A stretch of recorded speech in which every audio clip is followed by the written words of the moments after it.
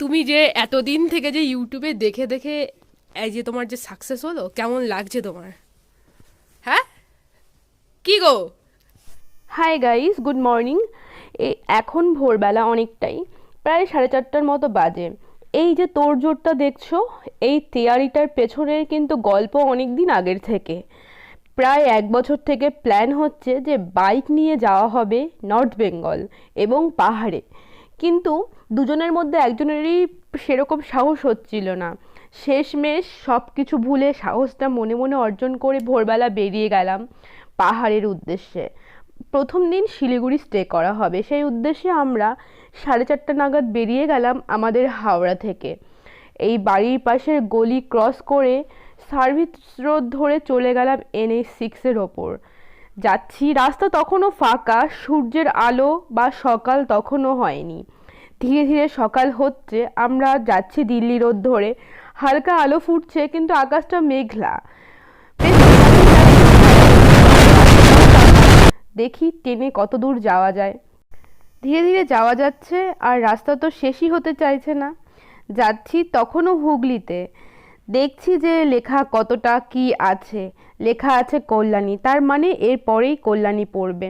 এই তো মগরা ফ্লাইওভার, যার ভিডিও অনেকেই বানিয়েছে দেখলাম, এবং আমরাও বাইক নিয়ে সেটা ক্রস করছি। বেশ একটা অদ্ভুত অনুভূতি হচ্ছে, বুঝতে পেরেছ?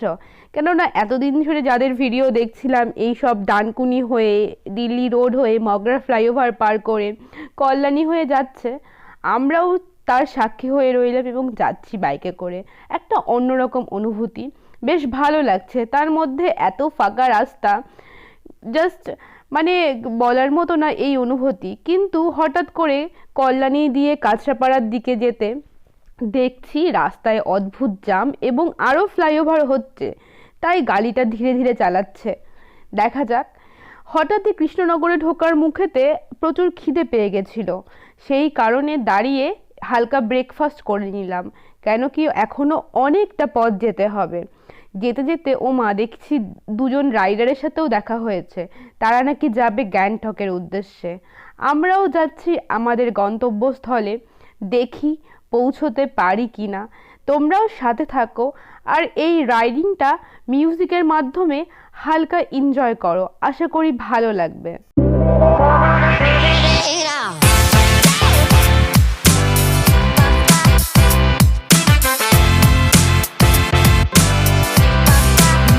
bensound.com হ্যাঁ, এই যে স্মুথ রাস্তাটা দেখছো, এটা বহরমপুর বাইপাস। যাতে কোনো শহরের ওপর দিয়ে যেতে না হয় এবং শহরের যানজট কাটানোর জন্য এই বাইপাসগুলো হচ্ছে, কতগুলো কমপ্লিট কতগুলো ইনকমপ্লিট। বহরমপুর বাইপাস কর্কশ করে কিছুটা আসার পরেই পেয়ে গেলাম সেই ফারাক্কা, যেটাতে আমি ট্রেনে এবং বাসে করে রায়গঞ্জ থেকে একবার সাউথে আসার সময় দেখেছিলাম। এবারে বাইকে করে যাওয়ার সাক্ষী হয়ে রইল এই ফারাক্কা ব্যারেজ।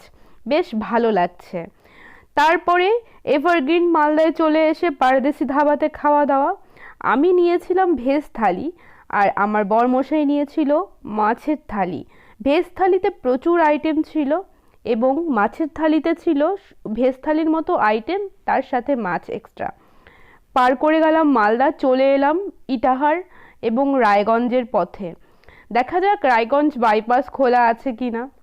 যেতে যেতে জ্যামে পড়েছিলাম, তাই টুক করে নিজেদেরও ভিডিও করে নিলাম। রায়গঞ্জ বাইপাস যাওয়ার পথেই পড়লো এরকম একটা সুন্দর দৃশ্য, বেশ ভালো লাগলো। মনে হলো খুব কাছেই চলে এসেছি। অবশ্য ফারাক্কা ব্যারেজ পার করা মানে নর্থ বেঙ্গলে ঢোকা, এটা আমরা জানি। রায়গঞ্জ বাইপাস পুরোটা কমপ্লিট হয় নাই বলে একটা গলির ভেতর দিয়ে আমরা যাচ্ছি, একটা গ্রামের ভেতর দিয়ে অল্প খানিকটা রাস্তা, সেখান থেকে গিয়ে আবার আছে হাই রোড। তারপরেই পাবো Dalkhola bypass. Dalkhola bypass cross করে অনেকটা রাত্রি হয়ে গেছিল এবং সন্ধ্যাও হয়ে গেছিল। আমরা ঢুকে পড়েছি শিলিগুড়ি শহরের উদ্দেশ্যে, শিলিগুড়ি রোড ধরে। শেষমেশ দেখা মিলল শিলিগুড়ির। অনেকটা রাত হয়ে গেছিল, প্রায় 14 ঘন্টার জার্নি কমপ্লিট করে আমরা ঢুকলাম শিলিগুড়িতে।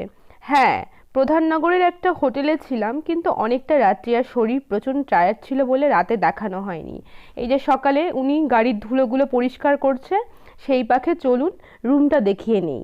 রাতে এই রুমেতেই আমরা ছিলাম। অত লাক্সারি রুম নেইনি, কেননা কি সকালে আবার বেরিয়ে পড়তে হবে। ঠিকঠাক ছিল, সবথেকে ইম্পর্টেন্ট ছিল রুমটার বাথরুম বেশ পরিষ্কার ছিল। তারপরে আমরা সকালে হালকা ব্রেকফাস্ট করে বেরিয়ে গেলাম পাহাড়ের উদ্দেশ্যে। এই যে সেবক রোড ধরে, রোডের এখানেও কাজ চলছে বলে জ্যামে আবার পড়লাম। শালুগাড়া বাজার ক্রস করে সেবক রোডে আসতেই মিলল দেখা এই ফরেস্টের, আর টুকি দিয়ে উকি মারছে পাহাড়। বেশ ভালো লাগছে এবং আগের দিনের সমস্ত জার্নি ক্লান্তি সব দূর হয়ে গেছে। বেশ পাহাড়ের দেখা মিললেই মনটা ভালো হয়ে যায়। এই যে এতদিন ধরে প্ল্যান ভিডিওটা অনেক যত্ন করে বানানো, বলবেন কেমন হয়েছে, পারলে লাইক এবং কমেন্ট করে চ্যানেলটি সাবস্ক্রাইব করে দেবেন। ভালো থাকবেন।